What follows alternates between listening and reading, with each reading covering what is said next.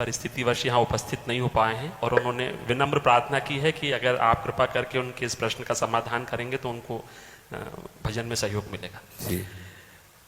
महाराज जी, इस अधम का प्रश्न ये है कि यदि पत्नी पति वंचक हो जावे पर पुरुष से रति करे तो क्या पति का क्या कर्तव्य है, क्या उसे साथ रखना चाहिए? पहला प्रश्न। हाँ, पहले ही प्रश्न एक एक का।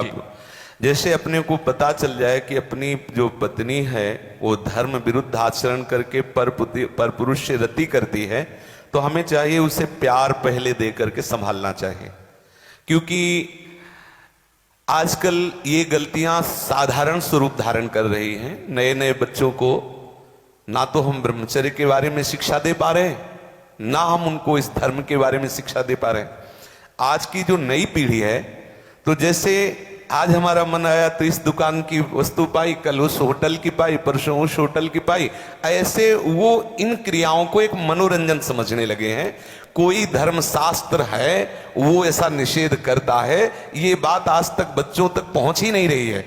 कितने ऐसे बच्चे हैं जो कहते हैं मुझे ये बात पता ही नहीं थी, और उनसे गलतियां, और कुछ ऐसे हैं कि प्रमादवश इन बातों को सुनते भी नहीं, मानते भी नहीं। अब क्या हुआ, जब उन बच्चों का ब्याह होगा तो उनका अभ्यास है। जैसे कोई एक बच्चा जब उससे परिचय प्राप्त हुआ तो उसने बताया हमारे 9 गर्लफ्रेंड हैं। अब अपने लोगों के तो समय में मतलब ये तो अभी यही सुनने को मिलता है।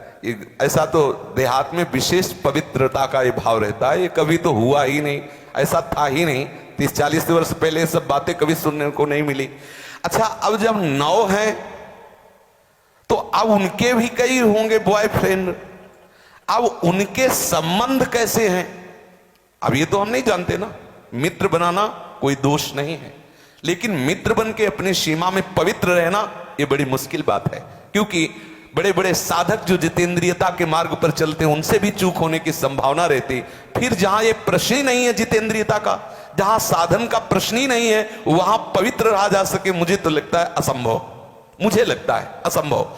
अब यदि उनकी आदतें वहां खराब हो चुकी हैं तो ब्याह होने के बाद उस आदत को एकदम रोक पाना बहुत ही कठिन है।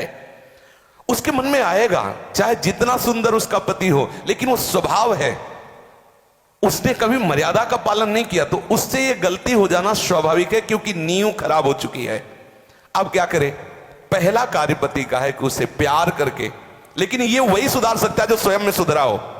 पहले पति को देखना चाहिए कि मैं एक पत्नी व्रत हूं, क्या मैंने कभी भ्रष्ट आचरण नहीं किए, क्या मैं अभी भ्रष्ट आचरण नहीं कर रहा? यदि नहीं तो फिर उसके लिए उत्तर है वो एक बार पत्नी को प्यार से दुलार से संभालने की चेष्टा करे, उसको समझाए कि उसका वो कार्य बहुत बुरा है। पति वंचक पर पति रति करई, रो रो नरक कल्प शत परई। न जाने कितनी ताड़ना उसको भगवत विधान से मिलती है।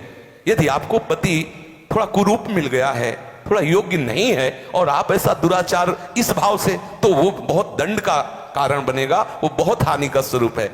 अब हमें उसके सुधार के लिए उसे प्यार देने की आवश्यकता है, उसे समझाने की आवश्यकता है, उसकी आवश्यकता को हम महत्व दें, उसे प्यार के द्वारा। ऐसा नहीं है जो अंग खराब हो जाता है हम औषधियों के द्वारा उसे पुनः ठीक करते हैं।